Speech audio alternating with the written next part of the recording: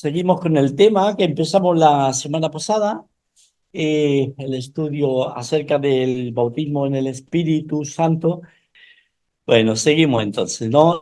¿Os acordáis que estuvimos viendo, considerando lo que sería el presbiterio de las Asambleas de Dios realizado en agosto del año 2010? Entonces, a raíz de ahí, pues estuvimos considerando, mirando, y es importante que nos detengamos en el texto que ellos manifestaron en cuanto a su creencia del bautismo en el Espíritu Santo. Entonces, a raíz de ahí o en base a eso vamos a ir mirando ciertas cosas, ¿vale? De esa manera podemos ver contraste y diferencias y tal.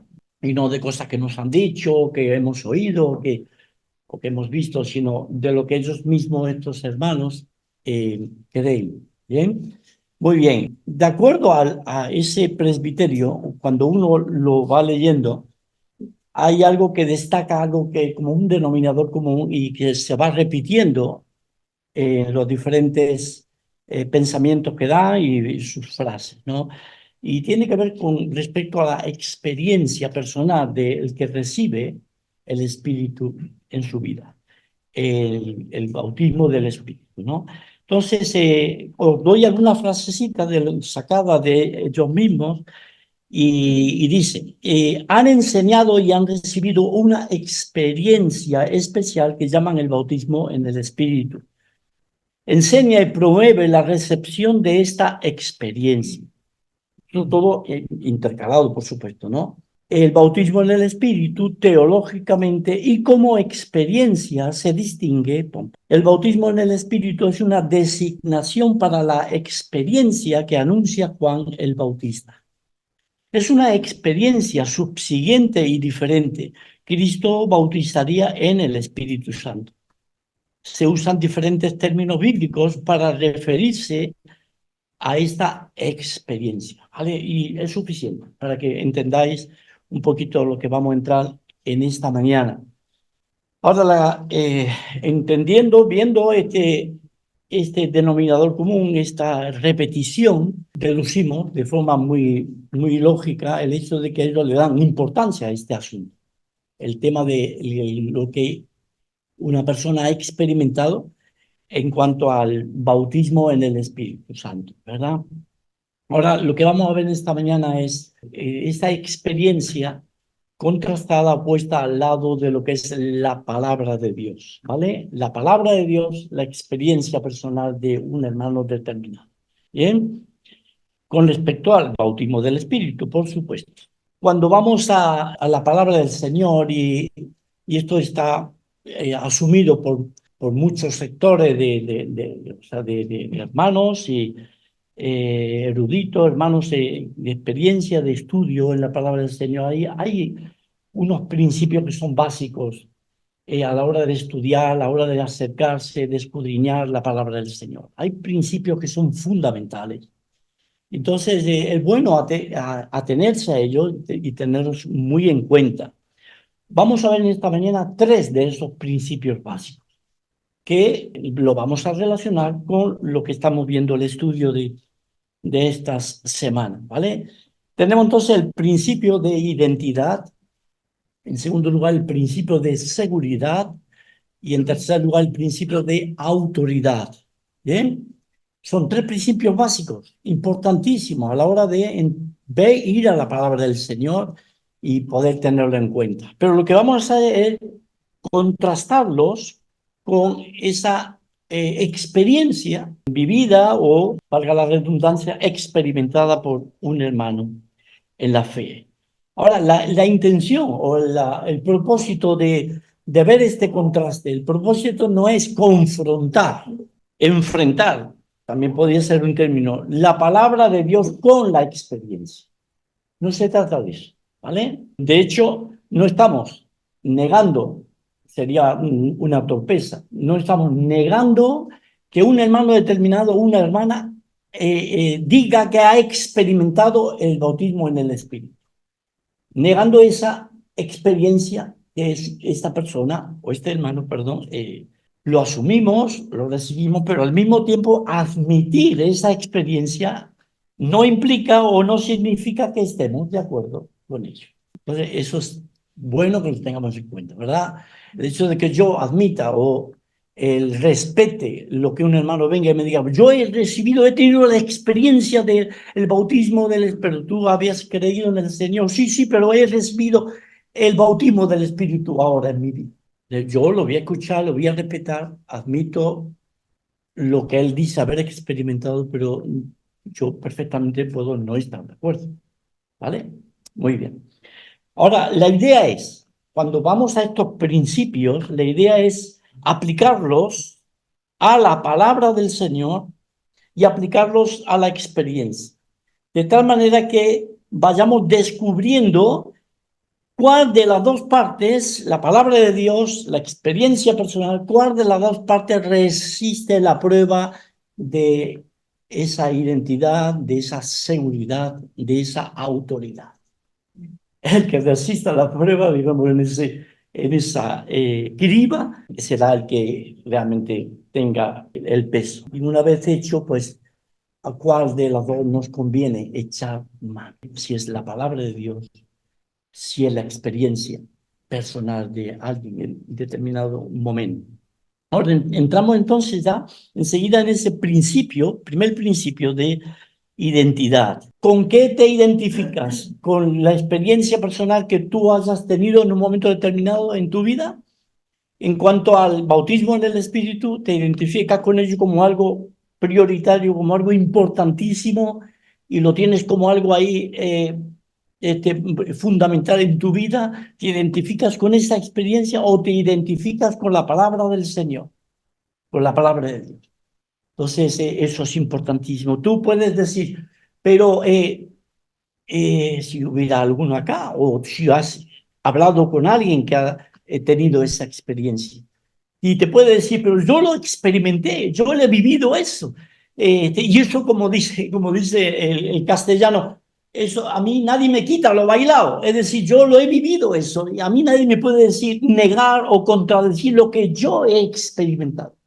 Está muy bien la experiencia de ese hermano o de esa hermana, ¿no? Y de hecho, pues ha habido hay tantas cosas, ¿no? Que te pueden decir o que podemos decir que hemos experimentado y decir claramente, pues si tú lo hubieras vivido o yo creo o yo sé lo que he experimentado, lo que he vivido. Quizás tú no te das cuenta o tú no lo has hecho o tú no lo crees, pero yo lo he experimentado, ¿vale? Es una realidad, esas cosas te lo puedes encontrar, lo puedes tener en un momento determinado, encontrarte con casos así o personas y hermanos que te puedan decir estas cosas, ¿no? Ahora, ¿con qué te identificas? Esta es la pregunta en esta mañana con respecto a este primer principio. ¿Palabra de Dios o experiencia personal? En cuanto a la palabra del Señor, vamos a Isaías capítulo 8, si me, me seguís, por favor. Isaías capítulo 8, 19 y 20. Había la tentación y había la inclinación a ir a consultar y a averiguar cosas en la vida del pueblo. Los israelitas estaban siendo tentados a ir a una fuente para saber la verdad en sus vidas, una fuente que no era correcta, que no era la que debían de ir, ¿no? Y en el versículo 19 dice, y si os dijeren, preguntad a los encantadores y a los adivinos que susurran hablando, responded, ¿no consultará el pueblo a su Dios? ¿Consultará a los muertos por los vivos? Y el versículo 20 enfoca en la dirección o la fuente a donde el pueblo de Israel debería de ir y debería estar atento a la ley y al testimonio. Es decir, a la misma palabra de Dios. Si no dijeren conforme a esto, aquellos que vienen tratando de conducir o guiar al pueblo hacia esa fuente, si no dijeren conforme a esto, es decir, a la palabra de Dios, es porque no les ha amanecido. De manera que hay un llamado clarísimo a identificarse con la palabra de Dios. Tienen la fuente o tenían la inclinación o la tentación de parte de ciertas personas que querían llevar al pueblo hacia una fuente determinada para ellos averiguar sus vidas y tener la solución de sus problemas, y tenían la fuente de la palabra de Dios. Si no es conforme a la palabra de Dios es porque no les ha amanecido. De manera que tenemos esa porción clarísima ya en el tiempo antiguo con respecto a al tiempo de Israel, ¿verdad? Pero tenemos en el Nuevo Testamento, en la primera epístola a Timoteo, tenemos un pasaje que es clarísimo, en el que encontramos el mismo pensamiento, la misma verdad en otros asuntos, ¿verdad? Pero en el capítulo 6 de Primera de Timoteo, con respecto a problemas, asuntos que debían de entender los creyentes con respecto a su comportamiento, su vida cristiana, socialmente hablando, con respecto a los trabajos, los amos, los esclavos, todo aquel asunto, en qué manera debían de comportarse, en qué manera debían de vivir la vida cristiana, como el Señor quería. Pero dice el versículo 3, bueno, termina el versículo 2, dice, y los que tienen amos creyentes no los tengan en menos por ser hermanos, sino sírvanle mejor por cuanto son creyentes y amados los que se benefician de su buen servicio. Esto enseña y exhorta. Y continúa y dice, si alguno enseña otra cosa diferente a lo que estaba enseñando en la iglesia ya, Éfeso, si alguno enseña otra cosa y no se conforma a las sanas palabras de nuestro Señor Jesucristo y a la doctrina que es conforme a la piedad, está envanecido, nada sabe y delira, es decir, está enfermo, es la expresión correcta del delirar, acerca de cuestiones y contiendas de palabras de las cuales nacen envidias, pleitos, blasfemias, malas sospechas, disputas necias de hombres corruptos de entendimiento y privados de la verdad, que toman la piedad como fuente de ganancia. Apártate de los tales. Entonces, encontramos esa misma verdad, ese mismo pensamiento que vemos ahí en Isaías. Es decir, vienen aquellos que están pensando de otra manera, entonces la dirección correcta, la fuente correcta es a la ley y al testimonio. Si no es conforme a la palabra de Dios, es porque no les ha amanecido. Vamos al Nuevo Testamento y encontramos el mismo pensamiento, conforme a las palabras sanas del Señor Jesucristo, la sana doctrina. Si no, es porque están delirando, están en sus pensamientos, etcétera, ¿vale? Entonces, debemos tener bien claro esto. Principios de identidad. Una, ¿con qué te identificas? Con la experiencia personal, que puede ser real, lo que ha vivido. No lo negamos, no lo podemos negar, tenemos que ser respetuosos, pero al mismo tiempo podemos discrepar o no estar de acuerdo, porque así tenemos esa libertad, ¿no? Es complicado, ¿no? Es complicado. Hemos tenido oportunidad de mucha experiencia me refiero de tratar con personas que han vivido experiencias. La cuestión o el problema que puede venir con una identificarse con una cierta experiencia, en este caso que estamos puntualmente estudiando estos domingos, que es el bautismo en el Espíritu Santo. El problema es que admitiendo esto, podemos dar lugar a otras experiencias que pueden vivir estos hermanos, porque de hecho lleva a eso. Cuando se admite eso, lleva a otro tipo de experiencia, porque ya se asume, hace morada, podemos decir, hace hueco ahí en la vida de ese creyente que ha admitido una experiencia determinada, la ha recibido y entonces deja la puerta abierta para otras experiencias. Y al final tú admites y tienes que admitir lo otro y lo otro y lo otro.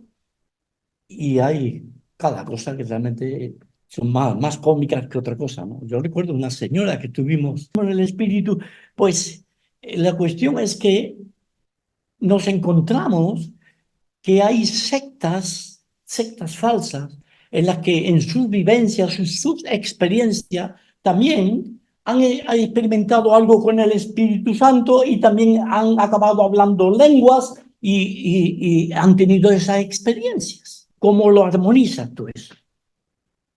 Y sabes que son sectas falsas. En el catolicismo romano empezaron a tener esas experiencias en el año 67. Ellos le empezaron a llamar la renovación carismática, católica, por supuesto. Y en el año 67, concretamente en el mes de febrero, en los Estados Unidos, un grupo de jóvenes católicos muy fervorosos, muy entusiastas y tal, estaban en un retiro y de pronto pues tuvieron esa experiencia de el bautismo en el Espíritu y comenzaban a hablar lenguas, etcétera. Todo fenomenal.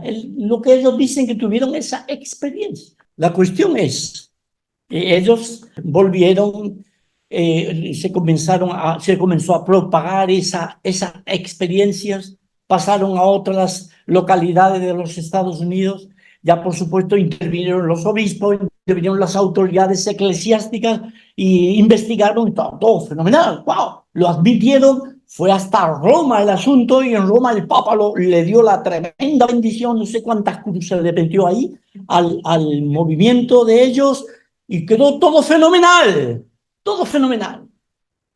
Y yo escuchaba el testimonio de un renovado carismático, lo escuchaba atentamente y el que le hablaba le preguntaba era un hermano pentecostal que había tenido la misma experiencia cerca de todo entusiasmado le preguntaba, y qué bueno que sería entonces, qué bien que nos juntemos entonces, tengamos, ya que tenemos la misma experiencia, las mismas bendiciones unos y otros, qué bueno que estemos juntos y en esa época, al que le preguntaba, dijo, era muy reciente todo eso en la Iglesia Católica.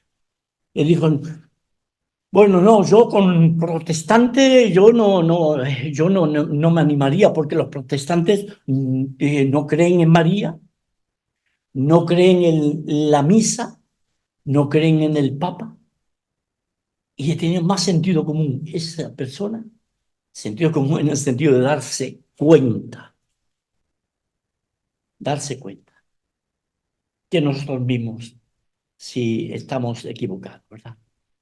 En el sentido de que si nosotros traemos la palabra del Señor y traemos la experiencia, en este caso con un reformado, carismático, católico, y lo ponemos en el mismo ambiente, los mismos ambientes, los dos han tenido la misma experiencia, los dos pueden entenderse, y tú que recibiste, wow, yo vi una luz, yo hice, wow, yo sentí una paz, y wow, se entienden perfectamente. Pero ¿y tú qué crees del sacrificio de la misa? Hombre, yo creo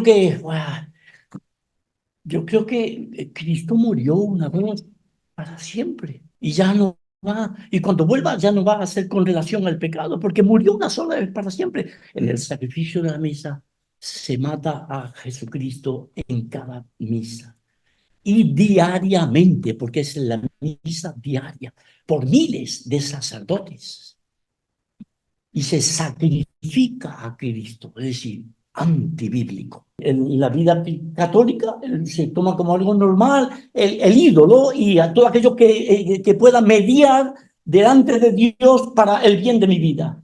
Y se toma a María y se toma el San Antonio y depende de qué santo para la necesidad de cada uno, es de los camioneros, es de los que conduce para protegerte en la carretera y el otro para que te cases. Pero nos reímos, pero es así, hermanos. Entonces, tienen la misma experiencia, han tenido todo igual, se pueden congraciar, entusiasmar, todo católico carismático con evangélico carismático. Pero en la verdad, en la palabra del Señor, no puede haber armonía, no puede haber paz, no puede haber comunión, porque uno es de acuerdo a la palabra y el otro es de acuerdo a la experiencia personal. Y si la identidad está de acuerdo a la experiencia personal, pues estamos fritos. Si tu base de identificación, escribí, es la común experiencia del bautismo en el Espíritu con el consecuente carisma de las lenguas, ¿dónde queda tu identidad con la palabra de Dios? Ahora, esto es un factor importante. Anótalo, por favor. Esto es un factor importante a la hora de entender el ecumenismo moderno. El hecho de haber hablado lenguas, haber recibido el bautismo en el Espíritu, etcétera, es un factor de unidad ecuménica impresionante al día de hoy entre evangélicos, católicos, eh, yo qué sé, dicen que hasta islámicos han recibido esa experiencia. Entonces, esto tenemos que tenerlo claro, hermanos, ¿vale? Entonces, principio de identidad. Sí, vamos al segundo principio, principio de seguridad. ¿Es segura la experiencia personal? ¿Te da seguridad en cuanto a las cosas básicas de tu vida cristiana, el futuro, la vida eterna, la vida cristiana en la tierra? Y podemos pensar, bueno, puede ser creíble o no el que sea seguro lo que se ha experimentado. ¿Lo puedo creer o no? O sea, no es que sí o sí o a ciegas tengas que creerlo. No, puede ser o no puede ser. Muy diferente a lo que es la palabra del Señor, la palabra de Dios. Tienes que creerlo. Es sí o sí. No puedes dudar. No debemos, hermanos, estaríamos metiendo la pata si dudamos un solo versículo de la palabra de Dios. Podemos fiarnos, podemos descansar tranquilamente.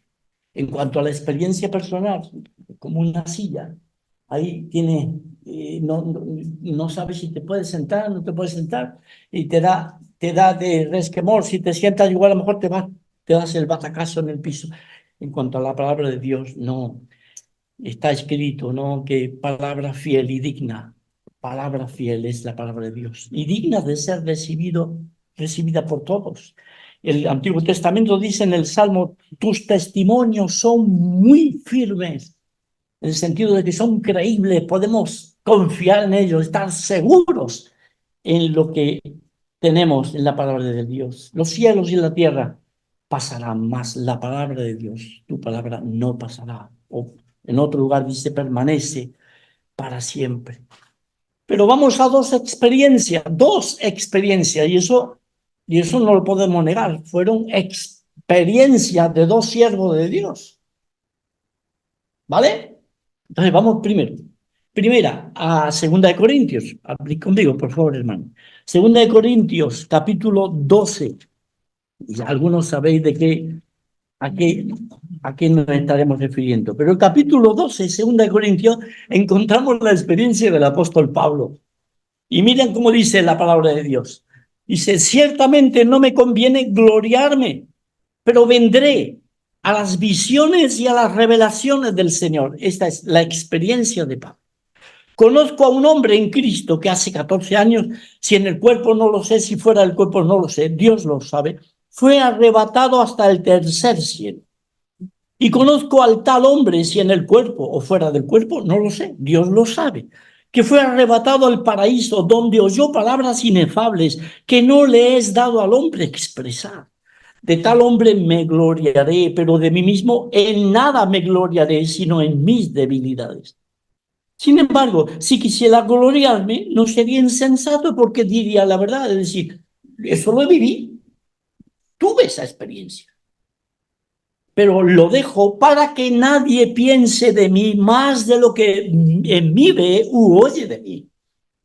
Esto es muy interesante, lo que dice el apóstol Pablo. ¿Cuántos hay por ahí? Ah, ufanándose que han hecho tal cosa o han tenido tal experiencia y la masa y la gente wow, los admira, los tiene, porque van proclamando su experiencia.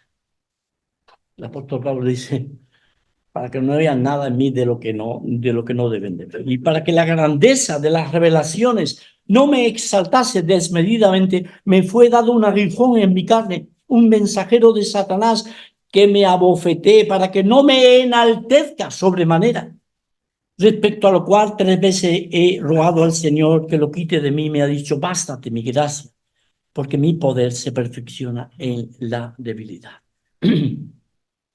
Por tanto, de buena gana me gloriaré más bien en mis debilidades para que repose sobre mí el poder de Cristo. Vale, esto es una experiencia que Pablo comparte con los creyentes de Corinto y ha llegado hasta nosotros, nuestros días.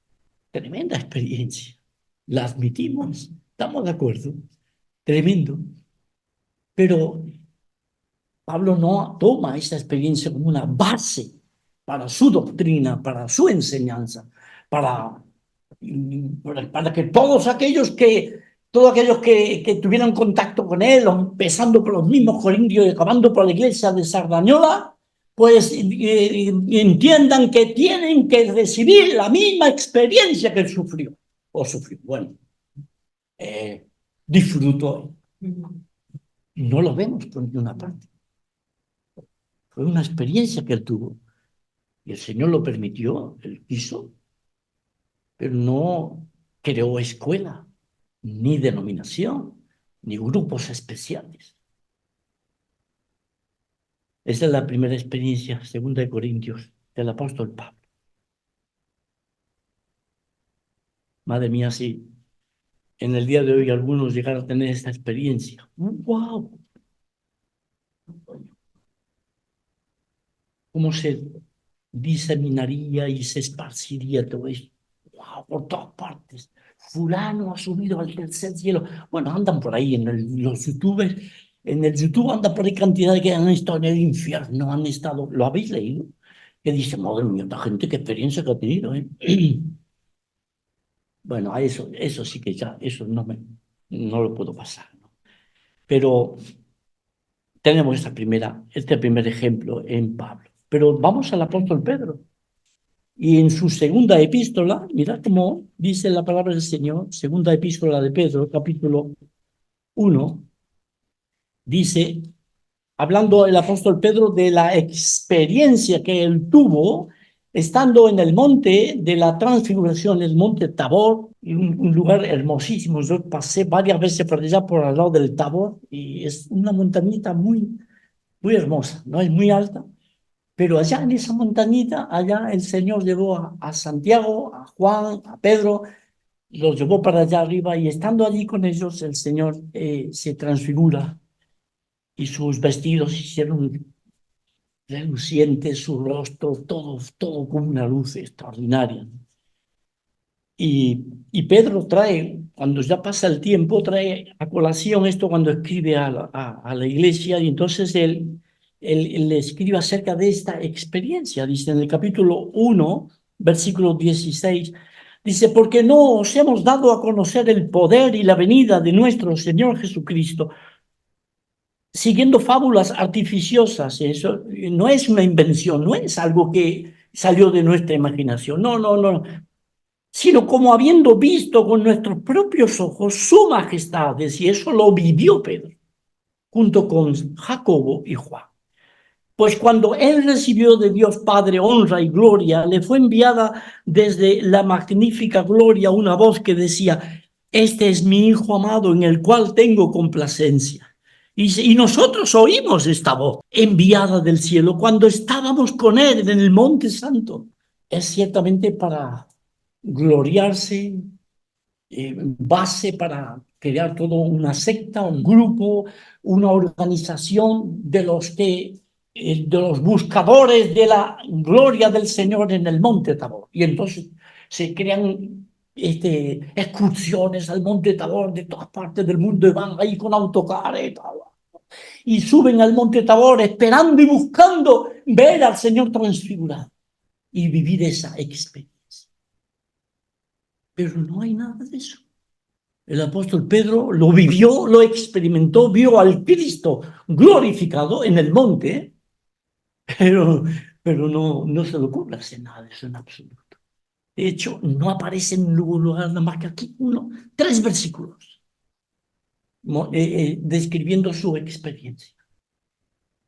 Y estaba bien, porque él quería hacer. Hagamos tres enramadas, una para ti, otra para Moisés y otra para Elías. Estaba entusiasmadísimo Pedro, estaba contentísimo de lo que estaba viviendo. Y no lo negamos. Realmente, sin duda que fue así de hermoso. Y llega el versículo 19 y dice, tenemos también la palabra profética más segura. a la cual hacéis bien, a la cual hacéis bien, no tanto en aquella experiencia y enfocaros en aquello como algo básico, seguro para poder apoyar vuestras vidas,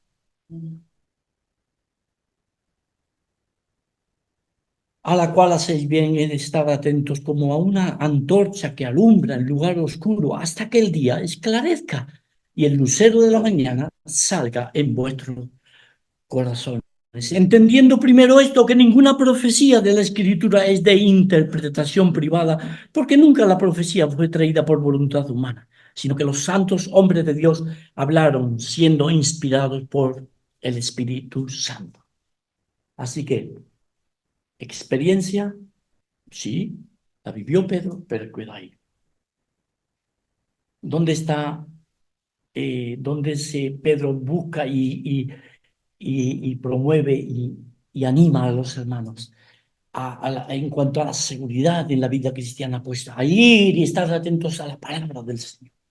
Nuestras experiencias pueden darse, pueden estar ahí, pero no podemos fiarnos, no podemos tenerlo como algo seguro y en lo cual apoyarnos, porque podemos haber tenido una imaginación, podemos haber vivido algo ficticio, puede ser que lo hayamos vivido, pero empiezan a haber desde distorsiones, nos olvidamos de las cosas, empieza a haber contradicciones y a la hora de que otros escuchen o se quieran apoyar en lo mismo que tú has vivido, no encuentran seguridad, no hay firmeza, pero en la palabra del Señor sí. Yo vi al Cristo, como si dijera Pedro, lo vi transfigurado, lo vi como cuando viviendo en su reino. Es verdad, pero ahí está la palabra profética, la que nos habla acerca de su venida, de lo que Él va a hacer, de cómo va a venir, de todas esas circunstancias, etcétera. Vamos a agarrarnos de aquí, de la palabra de Dios. Y así es como tenemos que hacer nosotros. Seguridad, seguridad, seguridad en la palabra. Si no, vamos a tener problemas.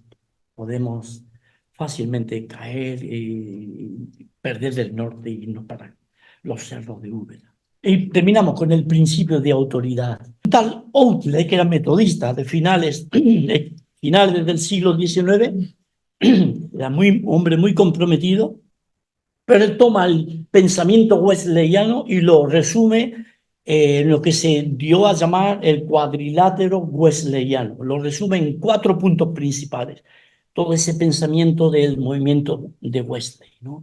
Biblia, muy bien, Biblia. Después razón, después tradición y experiencia. Y llega a decir de la experiencia, este mismo hermano, llega a decir de la experiencia a la hora de comentar o enseñar, llega a decir, la experiencia personal es una fuente adicional de autoridad. Quiere decir que lo que tú hayas vivido en tu experiencia, etcétera, eso tiene intrínsecamente, añade o adiciona autoridad a lo que dice la Escritura, a lo que dice la palabra del Señor. O incluso lo que puede decir la tradición, porque está todo, los 4 pensamientos están en el mismo paquete, ¿no? Y esto es muy peligroso, esto es muy peligroso. De ahí es que hay la tendencia, y esto lo vamos a ir viendo Dios mediante, no vamos a acabar acá, si Dios lo permite, seguiríamos viendo este asunto del bautismo en el Espíritu, pero es peligroso porque podemos estar dándole una autoridad a una experiencia que resulta que el de acá ha tenido otra experiencia y también tiene su autoridad intrínseca y podemos ir detrás de eso y de hecho hay quienes están o imponen esa experiencia como asunto de autoridad. Ya eres salvo, ya eres de Cristo, pues ahora tienes que buscar el bautismo en el Espíritu Santo. Y ahí hay una enseñanza autoritativa para que la otra persona, el otro hermano en Cristo, busque ese bautismo en el Espíritu, porque va cargado de autoridad a la hora de enseñar. Y eso es muy peligroso, muy peligroso. Vamos enseguida, vamos para el Evangelio de Mateo y vemos el contraste, la palabra del Señor. Venid conmigo a Mateo, capítulo 22. Mira qué escena curiosísima. Mateo 22, en el versículo 23, están ahí varios grupos de religiosos, están ahí acosando al Señor y tratando de ponerle trampas para ver dónde le podían coger y poder acusarle de mentira, de blasfemo, de lo que fuera. Entonces, a partir del versículo 23 viene un grupo de saduceos, que eran, podríamos llamar del día de hoy, eran grupos materialistas que no creían en la vida eterna, no creían en la resurrección, no creían en cosas fundamentales de la palabra. Y llegan allá para acosar al Señor y ponerle una trampa. Y dicen, aquel día vinieron a él los saduceos que dicen que no hay resurrección y le preguntaron, diciendo, maestro, Moisés dijo, está remitiéndose al Deuteronomio, ¿vale? Dentro del Pentateuco. Si alguno muriere sin hijos, su hermano se casará con su mujer y levantará descendencia a su hermano. Hubo pues entre nosotros 7 hermanos. El primero se casó y murió, y no teniendo descendencia, dejó su mujer a su hermano. De la misma manera también el segundo y el tercero hasta el séptimo, y después de todos murió también la mujer. Y dice, en la resurrección, pues, ¿de cuál de los 7 será ella mujer? Ya que todos la tuvieron. Así que la trampa parecía ideal para ver si el Señor decía, no con el primero o con... Pero fíjense en la respuesta del Señor. Respondiendo Jesús les dijo, erráis, erráis ignorando las escrituras y el poder de Dios. Y posiblemente, no lo podemos afirmar porque no está aquí en el texto, pero sí se sabe que los grupos saduceos no creían en la resurrección, había ciertas cosas que no creían, estaban ellos muy limitados a la hora de reconocer la palabra de Dios y se supeditaban nada más que al Pentateuco, los 5 primeros libros de la ley. Entonces, el Señor es como si les dijera, mirándolo desde ese lado, ¿no? Posiblemente. Señor dijo, y erráis ignorando las escrituras. ¿Por qué? Por 2 motivos. Primero, porque habían ejemplos de resurrección de entre los muertos que estaban escritos en la Biblia. Pero claro, lo encontramos en el primer libro de los Reyes, en el segundo libro de los Reyes, a los cuales ellos no se sometían. Y no era autoridad como palabra de Dios para ellos. ¿Me entendéis? Pero ahí el hijo de la viuda fue resucitado de los muertos. El otro, la tsunamita, el hijo de la tsunamita también fue resucitado de los muertos. Hay ejemplos y otros más que el Señor sin duda podría haber tomado como experiencias, como algo que experimentaron los mismos siervos de Dios. ¡Wow! Se levantó de los muertos. Madre mía. Y el Señor no le da ningún ejemplo de experiencia, cuando él podía haber hecho referencia a un montón, seguramente, de aquellos que fueron levantados de los muertos por el poder de Dios. Pero ellos ignoraban, estaban errando, ignorando las escrituras y el poder de Dios. De manera que ya había ejemplos, experiencia de personas levantadas de los muertos. Ahora, porque la resurrección, dice el Señor, ni se casarán porque este es otra etapa, es otra vida, no tiene nada que ver del mundo vivido en la carne, acá en la tierra, que cuando estemos en gloria. En la resurrección ni se casarán ni se darán en casamiento, sino serán como los ángeles de Dios en el cielo. Y queda ahí, pero el Señor continúa. Y le dice, ¿queréis autoridad? ¿Queréis algo realmente que os sirva? Pues vamos a ir al Deuteronomio. No lo dice el Señor aquí, ¿no? Pero ellos citan la palabra de Dios como autoritativa. Moisés dijo, y el Señor los lleva al Deuteronomio. Mejor dicho, al Deuteronomio, los lleva al Pentateuco. En esta ocasión los lleva al Éxodo. Y el Éxodo dice el Señor, pero respecto a la resurrección de los muertos, ¿no habéis leído lo que os fue dicho por Dios cuando dijo, yo soy el Dios de Abraham, el Dios de Isaac y el Dios de Jacob? Dios no es Dios de muertos, sino de vivos. Él está diciendo y enseñando, dándole una clase de doctrina de la resurrección, llevándolos al Éxodo para que con autoridad la palabra de Dios les desbarate sus argumentos, los eche por tierra. Porque es la palabra de Dios, autoridad plena.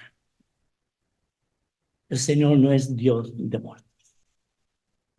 Él era el Dios de Abraham, de Isaac y de Jacob. Y ninguno de vosotros me rectificáis. Es muy bien, Esther. No era, porque ya murieron. Él es el Dios de Abraham, de Isaac y de Jacob. Y les desbarata ese pensamiento a estos saduceos materialistas. Dios no es Dios de muertos, sino de vivos. Él había hecho pacto con Abraham, pacto con Isaac, pacto con Jacob, y es pacto, es palabra del Señor, es un pacto firme, y Él lo va a llevar a cabo. ¿Y cómo va a llevar a cabo un pacto con el muerto, con el que no va a poder tener ya más relación, sino con el vivo? Ya como aquel que, porque el Señor tiene a todos delante de sus ojos. Y si en la carne dejaron el alma, el espíritu salió de ellos, la carne quedó ahí, al polvo, pero están delante del Señor, esperando la resurrección del cuerpo, porque tiene que resucitarlos el Señor. Y ese principio tremendo, hermanos, principio de autoridad, principio de autoridad.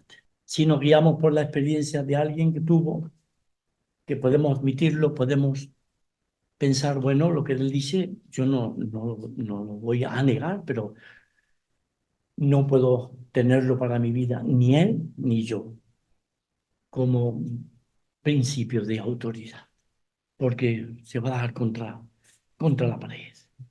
Nos vamos a dar contra la pared. Sí, la palabra de Dios es la autoridad del Señor para marcarnos qué hemos de creer, qué hemos de hacer, etc.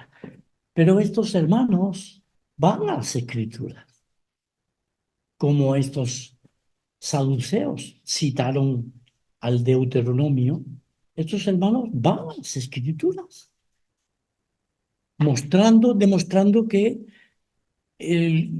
lo que han experimentado es de acuerdo a la palabra de Dios. ¿Cómo lo enfocas esto? ¿Cómo lo recibes? Porque es así, van a las Escrituras y toman textos bíblicos para demostrar, confirmar sus experiencias. Pues el Señor nos ayude a seguir con el tema, lo estaremos mirando el otro domingo cuando lo tratemos, ¿vale? Muy bien, no sé si ya no da tiempo para preguntas, ¿no? No es lo mismo un carismático que un pentecostal. Pero en el asunto del bautismo, del espíritu, las lenguas, tienen los mismos enfoques, o sea, lo tienen muy en cuenta y lo enseñan y lo promueven.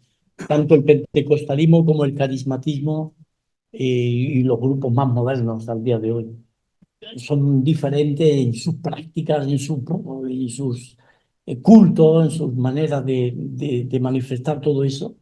Se diferencian. Ellos por la tesis que los carismáticos Sí, hacen escondidas sí, y llegan a meterse en las congregaciones y todo. sí, esa es la gran diferencia entre el pentecostalismo original de los primeros años hasta que surge el carismatismo. El carismatismo surge con ese enfoque de ir a las congregaciones para abrir los ojos en algún sentido, ¿no? Y mostrarles que esto es lo importante, ¿no? Entonces se meten en congregaciones. De hecho, hoy en día encontramos bautistas reformados carismáticos, no reformados de Calvino, sino reformados carismáticos, bautistas, presbiterianos, metodistas, bueno, el metodismo viene ya de años antes, pero eh, ¿por qué? Pues porque se han ido metiendo, se han ido metiendo. Y esto es delicado, esto es delicado.